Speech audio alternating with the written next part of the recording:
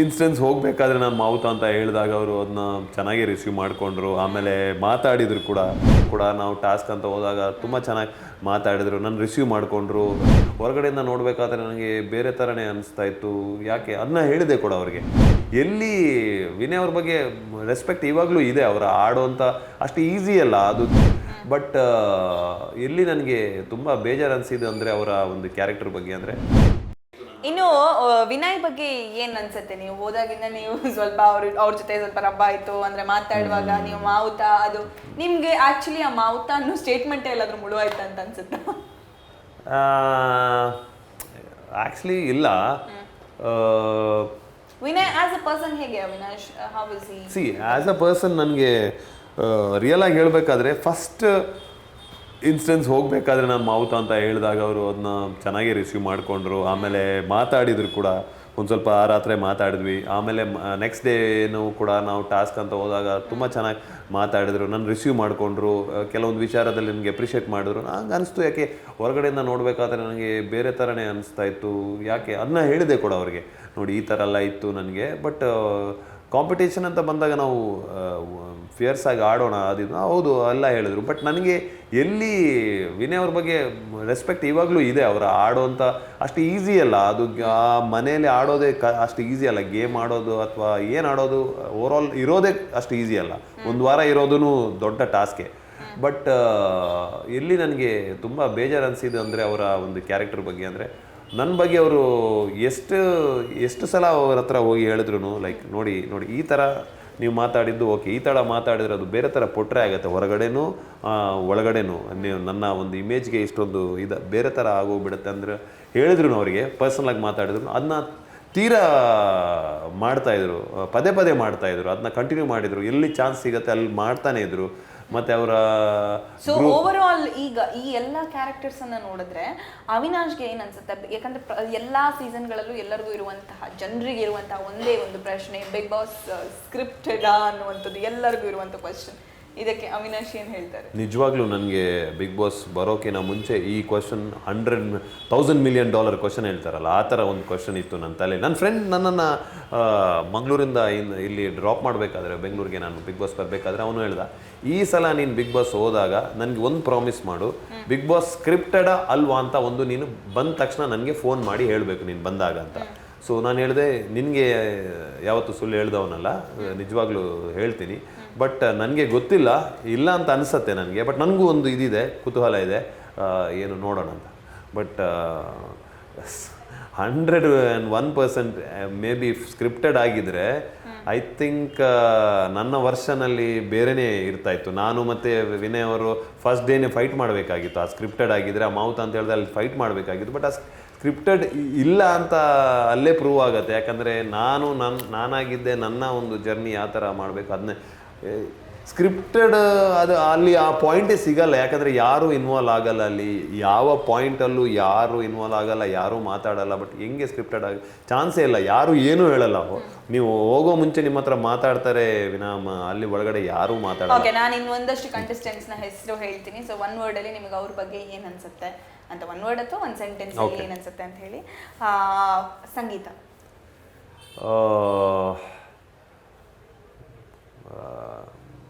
Brilliant ಅಂತಲೇ ಹೇಳ್ಬೋದು. Karthik manipulative. Prathap street smart. Varthur Santhosh genuine. Tukali Santhu. Cunningly smart. Namrata.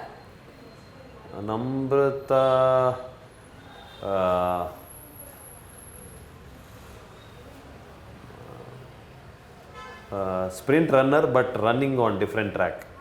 Okay. Vinay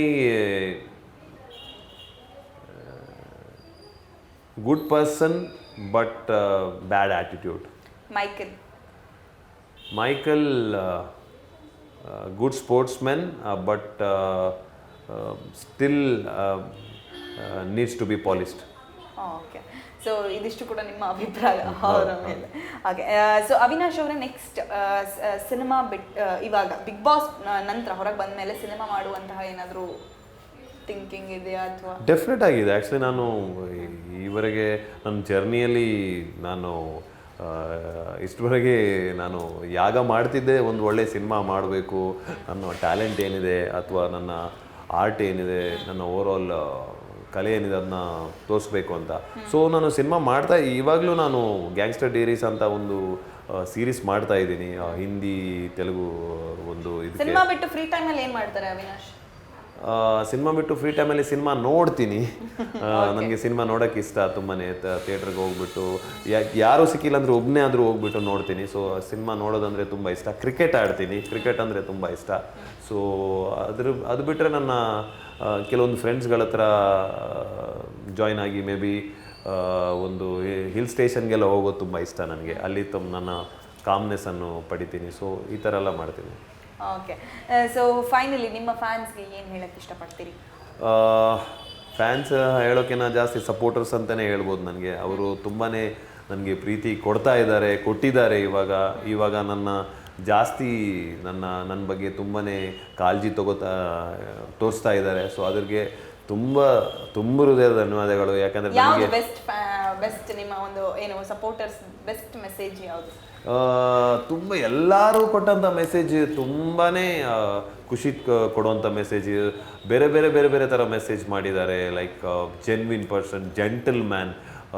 ನಮಗೆ ಲೈಫಲ್ಲಿ ಒಬ್ಬರು ಹೇಳಿದ್ರು, ಲೈಫಲ್ಲಿ ಕೆಲವೊಂದು ಕ್ಷಣದಲ್ಲಿ ನಮಗೆ ಡಿಪ್ರೆಷನಲ್ಲಿ ಇದ್ದಂಥ ಕ್ಷಣದಲ್ಲಿ ನಾನು ಸುಮ್ಮನೆ ಯಾಕೋ ಇದನ್ನು ನೋಡಿದೆ, ಬಿಗ್ ಬಾಸ್ ನೋಡಿದೆ. ಆವಾಗ ನೀವು ಅಲ್ಲಿ ಮಾಡಿದಂಥ ಈ ಹಾರ್ಸ್ ಇದು ಅಥವಾ ತುಂಬ ನಗು ಬಂತು. ಅಲ್ಲಿಂದ ನಾನು ಸ್ಟಾರ್ಟ್ ಮಾಡಿದೆ ನೋಡೋಕ್ಕೆ. ನೀವು ಇಲ್ಲ ಅಲ್ಲಿ ಬಿಗ್ ಬಾಸಲ್ಲಿ. ಸೊ ತುಂಬ ಮಿಸ್ ಮಾಡ್ಕೋತಿದ್ದೀವಿ ಅಂತ. ಸೊ ತುಂಬಾ ಎಲ್ಲರ ಒಪಿನಿಯನ್ ತುಂಬಾ ಜೆನ್ವಿನ್ ಆಗಿತ್ತು, ತುಂಬಾ ಖುಷಿ ಕೊಟ್ಟಿದ್ದೀವಿ. ಇನ್ನು ಆ ಕಾರ್ನಲ್ಲಿ ನಿಮ್ಮನ್ನ ಎಲಿಮಿನೇಟ್ ಮಾಡೋದಂದ್ರೆ ತುಂಬ ಡಿಫ್ರೆಂಟ್ ಆಗಿ ಸುದೀಪ್ ಸರ್ ಇರಲಿಲ್ಲ. ಸೊ ಆ ಮೂಮೆಂಟ್ ಹೇಗೆ ಅನಿಸ್ತು Avinash? First of all Sudeep sir ಇರಲಿಲ್ಲ ಅನ್ನೋದೊಂದು ನೋವು ಇದ್ದೇ ಇತ್ತು. ಲೈಕ್ ಬೈ ಚಾನ್ಸ್ ನಾನು ಹೊರಗಡೆ ಹೋದರೆ ಸುದೀಪ್ ಸರ್ ಸಿಗಲ್ಲ ಅನ್ನೋ ಒಂದು ನೋವು, ಅದು ಒಂದು ಬ್ಯಾಕ್ ಆಫ್ ಮೈಂಡಲ್ಲಿ ಇತ್ತು. ಬಟ್ ನಾನು ಹೋಗಲ್ಲ ಅನಿಸ್ತಿತ್ತು. ಸೊ ಮೇ ಬಿ ಇನ್ನೊಂದು ಸಲ ಯಾವಾಗ ಬೈ ಚಾನ್ಸ್ ಹೋದಾಗ ಸುದೀಪ್ ಸರ್ ಅಂತೂ ಖಂಡಿತ ಇರ್ತಾರೆ ಫಿನಾಲೆ ಹೋದ್ರೆ ಅಂತ ಆ ಒಂದು ಥಾಟ್ ಇತ್ತು. ಸೊ ಬಟ್ ಕಾರ್ನಲ್ಲಿ ಆದಂಥ ಅದೊಂದು ರೋಚಕ ಒಂದು ಸೆಗ್ಮೆಂಟ್ ಏನಿದೆ ಅದು ಲೈಫಲ್ಲಿ ಕೆಲವೊಂದು ಕ್ಷಣಗಳು ಟಕ್ ಅಂತ ನೆನಪು ಆಗತ್ತಂತ ಹೇಳ್ತಾರಲ್ಲ, ಅದರಲ್ಲಿ ಇದೊಂದು 100% ಅಂತಲೇ ಹೇಳ್ಬೋದು, ಟಾಪಲ್ಲಿರುತ್ತೆ. ಯಾಕಂದರೆ ಅಲ್ಲಿ ಹೊರಗಡೆ ಬಂದು ಎಲ್ಲರೂ ನೋಡ್ತಾ ಇದ್ದಾರೆ, ಇಬ್ಬರು ಕಾರಲ್ಲಿ ಈ ಇಡೀ ಮನೆ ನೋಡ್ತಾ ಇದೆ, ಆ ಕಾರ್ ಹೋಗ್ತಾ ಇದೆ.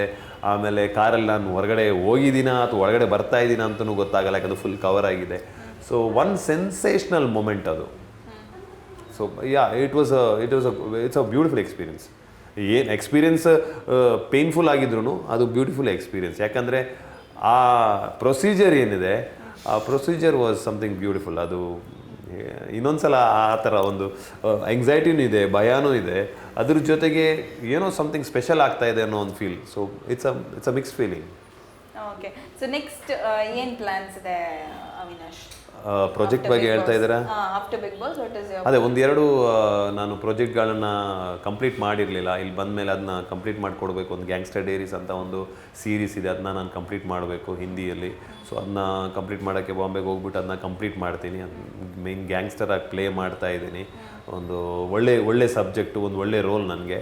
ಸೊ ಅದು ಬಂದಿತ್ತು. ಸೊ ಅದು ಇವಾಗ ಕಂಪ್ಲೀಟ್ ಮಾಡ್ತೀನಿ. ಅದ್ರ ಜೊತೆಗೆ ಮಂಗಳೂರಲ್ಲಿ ಒಂದೆರಡು ಚಿಕ್ಕ ಕಮಿಟ್ಮೆಂಟ್ಸ್ ಇದೆ. ಒಂದು ಮೂವಿ ಕಮಿಟ್ಮೆಂಟ್ಸ್ ಮತ್ತು ಒಂದು ಆ್ಯಡ್ ಕಮಿಟ್ಮೆಂಟ್ಸ್, ಅದನ್ನು ಮುಗಿಸ್ತೀನಿ. ಅದ್ರ ಜೊತೆಗೆ ಈಗ ಬಿಗ್ ಬಾಸ್ನ ಮುಗಿಸ್ಬಿಟ್ಟು ಮುಂದೆ ನೋಡ್ತಾ ಇದ್ದೀನಿ ಯಾವುದಾದ್ರೂ ಒಳ್ಳೆ ಅಪರ್ಚುನಿಟಿ ನನಗೆ, ನಾನು ಆ ರೋಲ್ಗೆ ಜಸ್ಟಿಸ್ ಕೊಡುವಂಥ ಅಪರ್ಚುನಿಟಿ ಬಂದರೆ ಯಾವುದೇ ಫೀಲ್ಡಲ್ಲ, ಇವರು ಟೆಲಿವಿಷನ್ ಆಗಲಿ ಮೂವೀಸಲ್ಲಿ ಕೊಡುವಂಥ ಒಂದು ಅಪರ್ಚುನಿಟಿ ಅವಕಾಶ ಬಂದರೆ ಅದಕ್ಕೆ ಎದ್ದು ನಿಂತ್ಬಿಟ್ಟು ಅದಕ್ಕೆ ಒಂದು ಜಸ್ಟಿಸ್ ಕೊಟ್ಟು ನಮ್ಮ ಫ್ಯಾನ್ಸ್ ಅಂತ ಏನು ಹೇಳ್ತೀರಾ, ಸಪೋರ್ಟರ್ಸ್ ಅಂತ ಏನು ಹೇಳ್ತೀರಾ, ಅವ್ರಿಗೆ ಇನ್ನೊಂದು ಸಲ ಆಗಿ ಬಂದುಬಿಟ್ಟು ಅವ್ರ ಮುಂದೆ ನಗ್ಸೋ, ಅವರಿಗೊಂದು ಮನೋರಂಜನೆ ಮಾಡೋ, ಅವ್ರಿಗೆ ಎಂಟರ್ಟೈನ್ ಮಾಡುವಂಥ ಒಂದು ಅಪರ್ಚುನಿಟಿ ಬಂದರೆ ಖಂಡಿತ ಮಾಡ್ತೀನಿ ಅಂತ ಹೇಳ್ತೀನಿ ಅಷ್ಟೇ.